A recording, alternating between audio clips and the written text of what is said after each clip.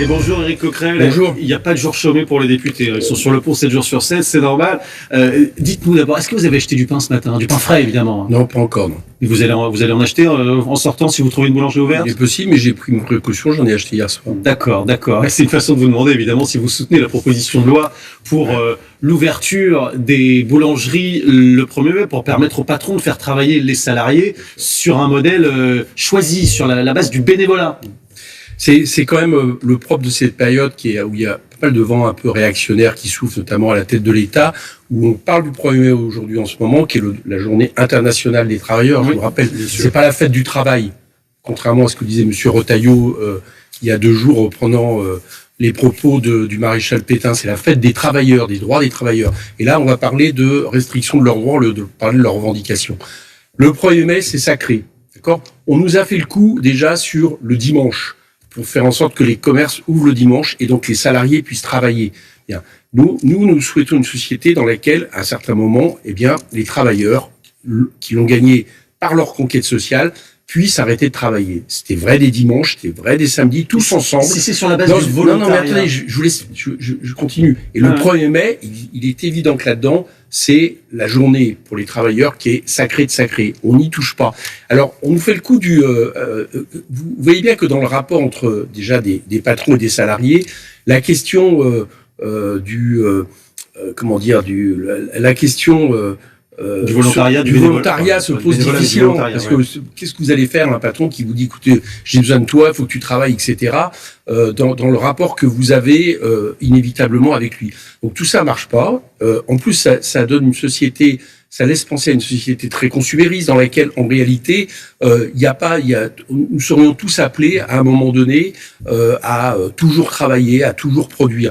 Voilà. Donc le 1er mai, c'est la fête des travailleurs. On met sur pause, c'est sacré. Pour qu'ils se mobilisent ou qu'ils se mobilisent pas, c'est leur choix. Ouais. Et c'est sacré. On fait sur pause. Et on aurait dû le faire aussi pour le dimanche. Alors, il y a de nombreux Français qui prennent le train pour ce 1er mai, pour rejoindre leurs proches, pour aller je ne sais où. Et ils aimeraient bien le faire aussi la semaine prochaine, sauf qu'il y a une grève qui se profile. Et le PDG de la SNCF, il a écrit aux cheminots une longue lettre que vous avez peut-être lue. Il dit notamment: l'insatisfaction des Français, voire leur colère, vont être grandes. Nous perdrons leur confiance. Et qui pourrait aujourd'hui reprocher à nos clients voyageurs de choisir une prochaine fois une autre solution de transport? Vous lui répondez quoi, vous qui soutenez évidemment la grève? Le deuxième thème encore, cette fois-ci on remet en question le droit de grève. Le 1er mai. C'est pas en question de droit de grève. Si, c'est une les gens face à leur c'est un grand classique. Moi, ça fait longtemps que je connais des mobilisations à SNCF. On nous fait toujours le coup. Attention, c'est les vacances. Attention, là maintenant c'est le pont. C'est plus les vacances, parce que les cheminots, en l'occurrence, avaient décidé justement de faire un préavis de grève 1 mois et demi avant pour laisser passer le temps des négociations et de ne pas faire grève pendant les vacances de février. Alors maintenant, on nous dit c'est le pont. Je vous rappelle que le pont de mai, il y a 12% des Français qui le prennent et que l'école seront ouvertes le 9 mai. D'accord. Donc, en fait, en réalité, ce qu'on veut, c'est une société dans laquelle les gens ne font plus grève. Les gens, on y est déjà arrivé très largement dans le privé. Il y a une telle pression qu'il y a beaucoup moins de jours de grève dans le privé. Et maintenant, on voudrait que ça soit dans le cas, dans les endroits où les gens peuvent encore se mobiliser. Vous savez, il y a des pays dans lesquels il n'y a pas de droit de grève. C'est les dictatures. D'accord? Nous les dénonçons en général. Donc le droit de grève aussi, quelque part, il est sacré. Et évidemment, le droit de grève, il est utilisé pour faire pression, pour gagner, et c'est fait pour gêner, parce que si ça gêne pas, le droit de grève ne fonctionnera pas. Donc là, M. Ferrando, il devrait plutôt réfléchir aux revendications. Alors justement, lui, il dit les salaires à la SNCF, ils ont augmenté plus que l'inflation. Voilà. Alors il n'y a pas que les salaires qui sont exigés, parce que figurez-vous, les contrôleurs et les conducteurs de train, peut-être que les gens ne le savent pas, mais c'est des métiers très exigeants. Il y a une nuit sur 2, voire une nuit sur 3, vous n'êtes pas chez vous. Et là, il y a un nouveau logiciel depuis quelque temps qui fait que on peut changer vos horaires quasiment 24 heures avant, en vous empêchant quelque part d'avoir une vie de famille. Il dit il y aura une visibilité sur 6 mois. Voilà. Oui, c'est ça, mais c'est pas ce qui se passe. Donc c'est ce qu'il conteste par rapport à des conditions de travail très dures. Et il y a aussi effectivement une demande de prime. Pourquoi une demande de prime? Parce que la SNCF a fait, j'ai regardé mes chiffres, 1,6 milliard de bénéfices en 2024. Il y en a eu 5 qui ont été faits sur les 4 dernières années. Donc c'est normal que les salariés profitent aussi du fruit de leur travail, parce que c'est avant tout leur fruit de leur travail.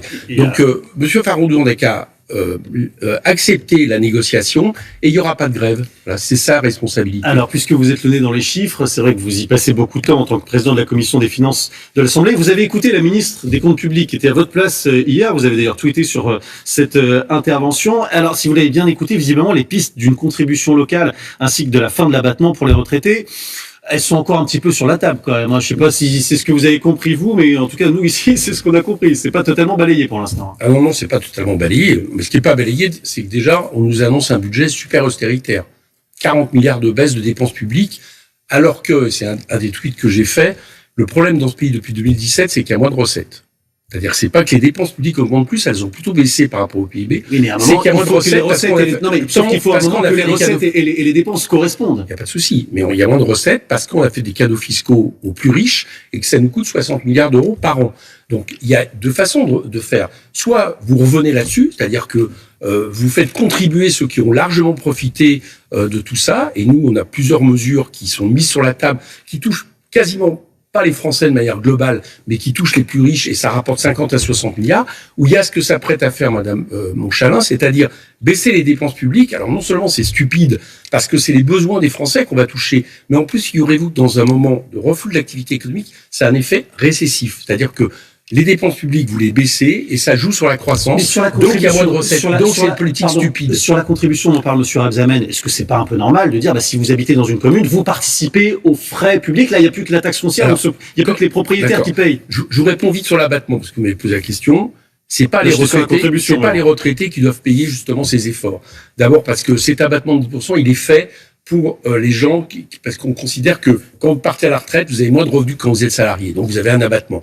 En plus, on peut pas vraiment dire que les retraités salariés de ce pays soient les gens qui soient les privilégiés. Et en plus, il y a un plafond. Donc pas touche aux retraites. Voilà ce que nous disons. En plus, c'est mauvais pour la consommation populaire.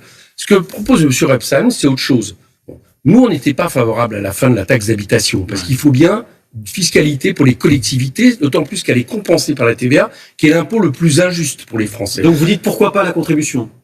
Non, je serais plutôt favorable à regarder un rétablissement de la taxe d'habitation, surtout que la suppression va profiter surtout aux 20% les Français les plus riches. Voilà, c'est ça l'erreur qui a été faite, surtout qu'on l'a pas compensée.